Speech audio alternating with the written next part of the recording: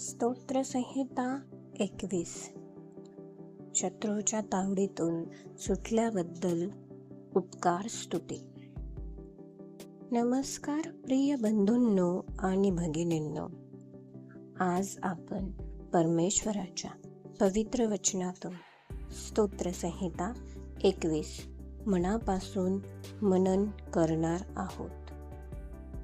ही स्तोत्रसंहिता लढाईनंतर, संघर्षानंतर आणि देवाने दिलेल्या विजयासाठी अर्पण केलेली कृतज्ञतेची स्तुती आहे.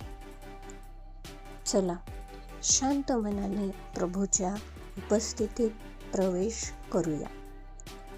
शत्रूच्या तावडीतून सुटल्याबद्दल उपकार स्तुती. मुख्य गवयासाठी दाविदाचे स्तोत्र. हे परमेश्वरा, तुझ्या सामर्थ्यामुळे राजा हर्ष करतो. तू सिद्ध केलेल्या तारणामुळे त्याला केवढा उल्हास होतो. त्याचा मनोरथ तू पूर्ण केला आहेस. त्याच्या तोंडचे मागणे तू अमान्य केले नाहीस. कल्याणदायी वरदाने घेऊन तू त्याला सामोरा येतोस. तू त्याच्या मस्तकी शुद्ध सुवर्णाचा मुकुट घालतोस. त्याने तुझ्याजवळ जीवन मागितले.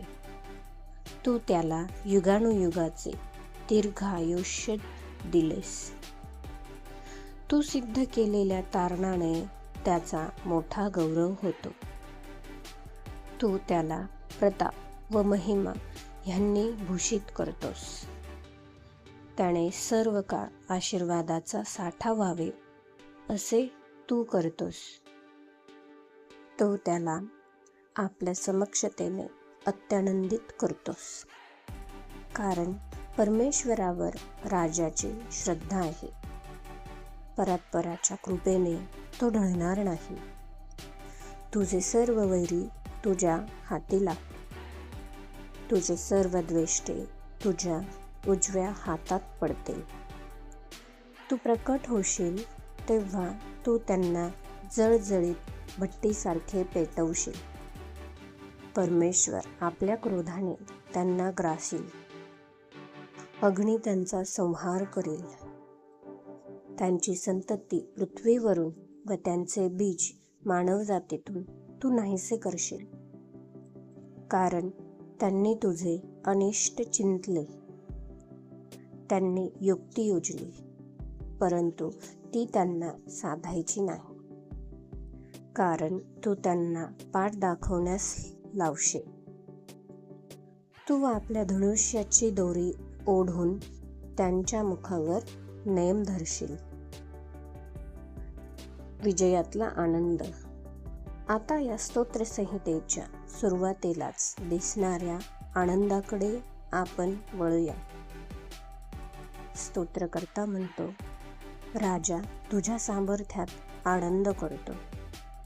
हा आनंद स्वतःच्या यशाचा नाही, तर प्रभूच्या सामर्थ्याचा आहे. जेव्हा आपण देवावर विश्वास ठेवतो, तेव्हा मिळालेला विजय मनाला खोल समाधान देते. ऐकलेली प्रार्थना. हा आनंद अचानक नाही, त्यामागे एक ऐकलेली प्रार्थना आहे. वचन सांगते, तू त्याच्या हृदयाची इच्छा दिलीस.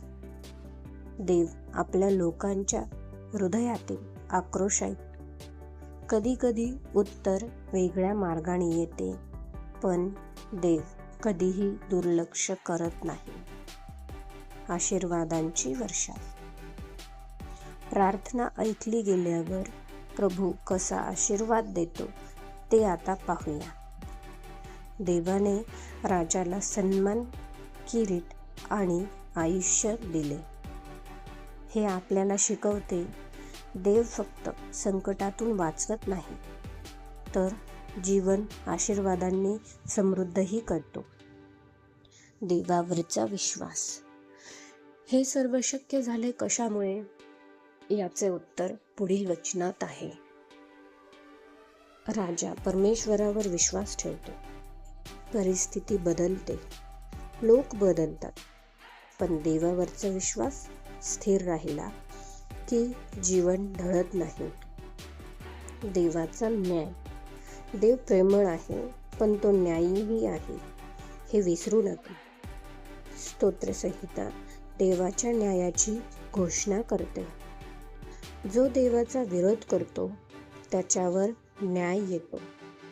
देव वाईटाकडे डोळेझाक करत नाही आणि चांगल्यालाही तो कधीही विसरत नाही. कृतज्ञतेचा निष्कर्ष. आता या स्तोत्रसंहितेच्या शेवटच्या संदेशाकडे आपण येऊया. दावीद प्रभूची स्तुती करतो, कारण त्याचे सामर्थ्य सदैव टिकवणारे आहे. विजय मिळाल्यावर देवाला विसरणे नव्हे, तर अधिक कृतज्ञ व्हावे, हा या स्तोत्रसंहितेचा खरा संदेश आहे. आजचा आत्मिक संदेश.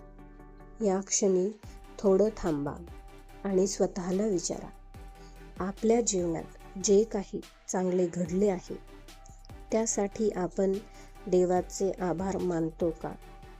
विजयातही नम्र राहणे आणि कृतज्ञ असणे हेच देवाला प्रिय आहे. शेवटची प्रार्थना. हे प्रभू, तू आमच्या प्रार्थना ऐकल्या. तू आम्हाला विजय दिला. आम्हाला आनंदातही नम्र आणि कृतज्ञ राहायला शिकव. आमचा विश्वास सदैव तुझ्यावर स्थिर राहू दे. आमेन.